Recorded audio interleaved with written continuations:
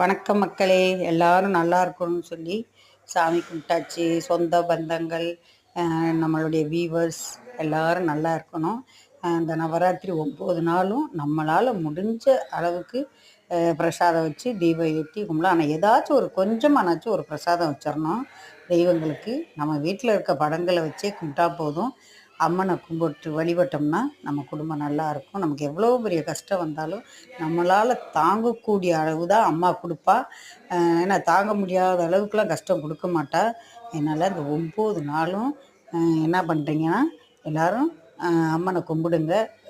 விரதம் காட்டினாலும் பரவாயில்ல, அசைவம் சாப்பிடாம சுத்தபத்தமாக இருந்து அம்மனுக்கு வழிபடுறதுனால நம்ம குடும்பம் நல்லாயிருக்கும், நம்மளும் நல்லா இருப்போம், எல்லோரும் நல்லா இருப்பாங்க.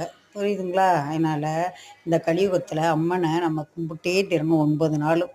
நன்றி.